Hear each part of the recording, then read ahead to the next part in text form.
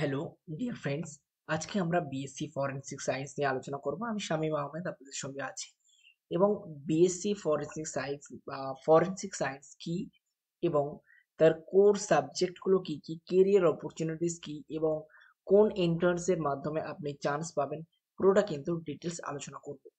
First of all আপনাকে আমি বলবো যে দেখছেন বিএসসি ফরেনসিক সায়েন্স, এটি হচ্ছে 3 ইয়ার্সের কোর্স। ঠিক আছে, মূলত আপনাকে আমি পরিপূর্ণ গাইড দেওয়ার চেষ্টা করব। বিএসসি ফরেনসিক সায়েন্স এটা হচ্ছে 3 ইয়ার্সের একটি আন্ডার গ্রাজুয়েট প্রোগ্রাম।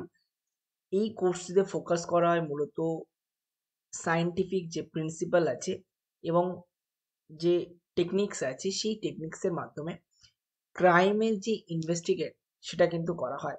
মূলত এই প্রোগ্রামে আপনাকে বায়োলজি, কেমিস্ট্রি, ফিজিক্স এবং ল অ্যানালাইসিস করা বা ক্রাইম সিনস অ্যানালাইসিস করা বা আইডেন্টিটি এভিডেন্সেস এগুলো অ্যাসিস্ট বা লিগ্যাল প্রসিডিং সম্পূর্ণ করা বা অ্যানালাইসিস করা, এগুলো কিন্তু আপনার কাজ হবে।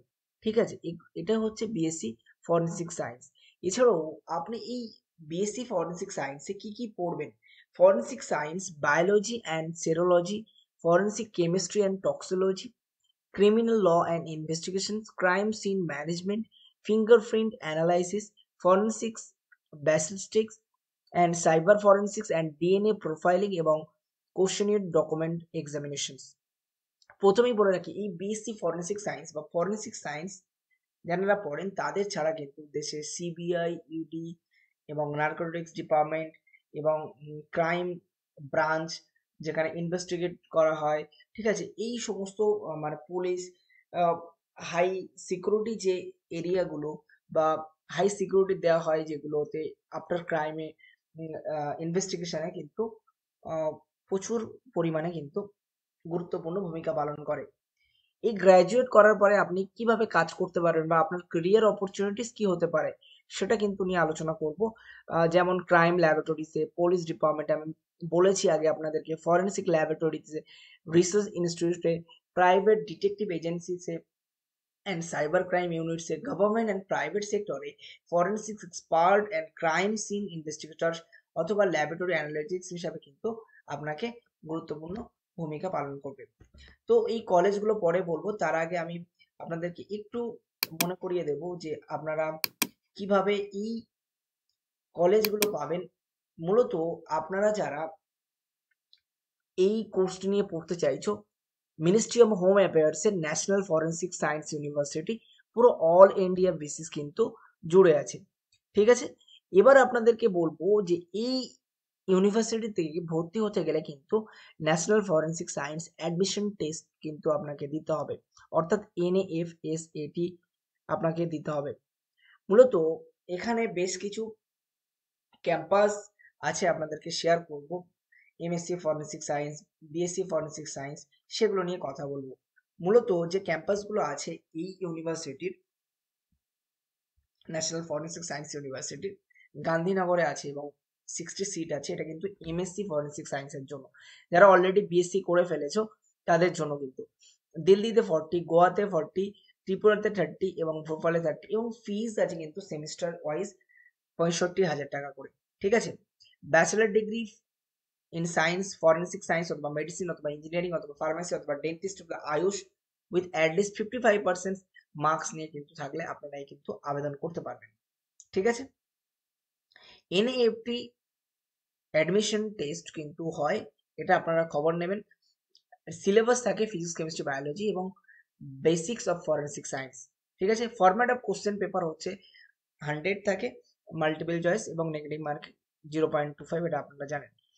এছাড়াও এমএসসি ফরেনসিক বায়োটেকনোলজি গান্ধীনগরে 20টি সিট, মাল্টিমিডিয়া ফরেনসিক্স 20টি সিট গান্ধীনগরে। এইভাবে কিন্তু MA mass communication journalism with specialization in forensic science, এখানে 20 সিটস থাকে গান্ধীনগরে। ঠিক আছে, বিএসসি এবং এমএসসি এটি ইন্টিগ্রেটেড কোর্স। আপনারা চাইলে 3 ইয়ার্সের বিএসসি করে বেরিয়ে আসতে পারেন, কোনো অসুবিধা হবে না।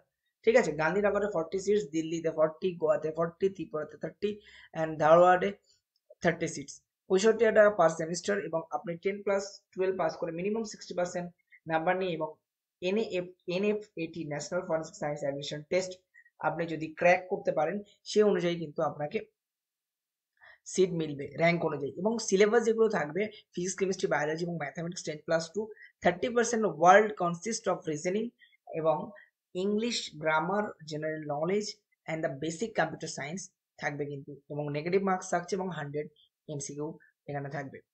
পিজি ডিপ্লোমা থাকে, অনেকেই করতে পারেন, ঠিক আছে।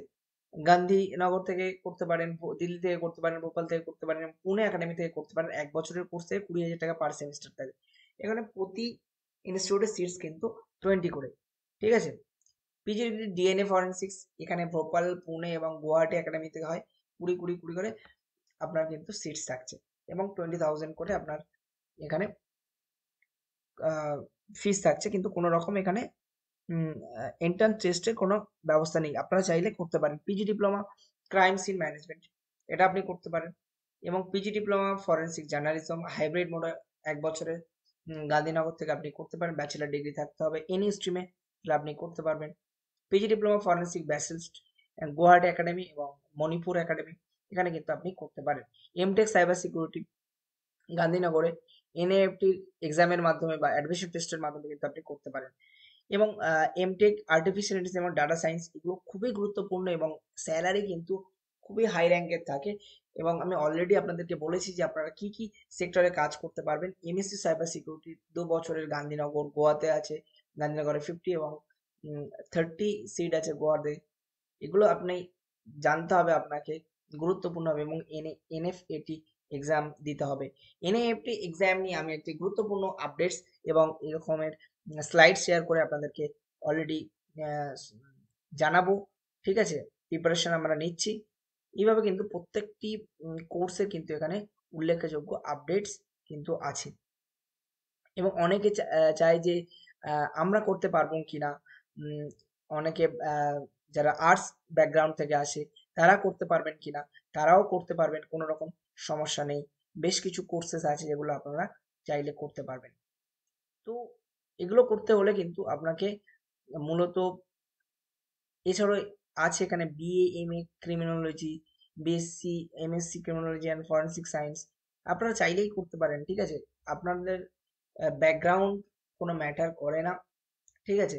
আপনারা চাইলে করতে পারেন। এছাড়াও এটা অল ইন্ডিয়া বেসিসে এখানে ফিসটা একটু কম থাকে এবং আপনারা চাইলে সিইউটি ইউজি এক্সামের মাধ্যমেও র্যাঙ্ক থেকে আপনারা এখানে অ্যাডমিশন নিতে পারেন, কিংবা এই ইউনিভার্সিটির অ্যাডমিশন টেস্টের মাধ্যমে কিন্তু আপনারা অ্যাডমিশন নিতে পারেন। এছাড়াও আমরা যদি একটু লক্ষ্য করি, সেক্ষেত্রে কিন্তু আমরা দেখব যে ওয়েস্ট বেঙ্গলে আমরা কিন্তু কিছু কোর্সেস আছে বিভিন্ন কলেজে পড়ায়, এবং তারা কি কি পড়ায় এবং সেগুলো কোথায় কোথায় পড়ানো হয় সেগুলো নিয়ে আমরা একটু জানবো। যেহেতু আমাদের বাঙালির একটু ঘরকুনো এবং ওয়েস্ট বেঙ্গল কেন্দ্রিক যারা পড়াশোনা করতে চায়, বা অনেক মহিলা আছে যারা আউট অফ স্টেট যেতে চায় না, তাদের জন্য কিন্তু আমি সাজেস্ট করবো। ফার্স্ট অফ অল বলবো, এই যে জুডিশিয়াল সায়েন্স, যদি আমরা ফরেন্সিক সায়েন্স না থাকে, জুডিশিয়াল সায়েন্স চলা খুবই কঠিন হয়ে যাবে। সো এখানে ওয়েস্ট বেঙ্গলে তো West Bengal national university of judicial science, এখানে কিন্তু তারা বিএসসি, এমএসসি এবং পিএইচডি ইন ফরেন্সিক সায়েন্স তারা পড়িয়ে থাকেন। মৌলানা আবুল কালাম আজাদ ইউনিভার্সিটি, এখানেও কিন্তু বিএসসি এবং এমএসসি ফরেন্সিক সায়েন্স পড়ানো হয়ে থাকে। এছাড়াও কলকাতা মেডিকেল কলেজে কিন্তু বিএসসি এবং এমএসসি ফরেন্সিক সায়েন্স পড়ানো হয়ে থাকে। এছাড়াও কলকাতার পার্শ্ববর্তী এরিয়া বারাসাতে, সেখানেও কিন্তু বিএসসি ইন ফরেন্সিক সায়েন্স পড়ানো হয়। অনেকে কি আছে যে সরকারিভাবে বা গভর্নমেন্টে কোনোভাবে চান্স পায়নি, বা কোনো রকম এক্সাম বা এন্ট্রান্স এক্সাম দেওয়ার সুযোগ পায়নি বা জানা নেই, এই ধরনের ক্যান্ডিডেট যারা আছেন তারা যদি মনে করেন যে প্রাইভেট কোনো ইউনিভার্সিটি থেকে করবো, যেমন অ্যাডামাস ইউনিভার্সিটি থেকে বা অ্যামিটি ইউনিভার্সিটি থেকে, সেক্ষেত্রে ডিসক্রিপশন বক্সে দেওয়া নাম্বারে আপনি যোগাযোগ করতে পারেন, আমরা চাইলে আপনাদেরকে হেল্প করবো। এছাড়া অ্যামিটি ইউনিভার্সিটিতে বিএসসি এবং এমএসসি ফরেন্সিক সায়েন্স দুটোই কিন্তু আছে। এছাড়াও আরজিকর মেডিকেল কলেজ, এখানে কিন্তু বিএসসি, এমএসসি এবং পিএইচডি ফরেন্সিক সায়েন্স আপনাদের কিন্তু আছে। এই কোর্সগুলো কমপ্লিট করার পরে আপনি যে রোলে কাজ করবে, যেমন crime laboratories, police department, forensic ল্যাবরেটরিজে এবং রিসার্চ ইনস্টিটিউটে, প্রাইভেট ডিটেকটিভ এজেন্সিসে এবং সাইবার ক্রাইম ইউনিটে এবং গভর্নমেন্ট এবং প্রাইভেট সেক্টরে কিন্তু ফরেন্সিক এক্সপার্ট হিসেবে এবং ক্রাইম সিন ইনভেস্টিগেটর এবং ল্যাবরেটরি অ্যানালিটিক্স হিসাবে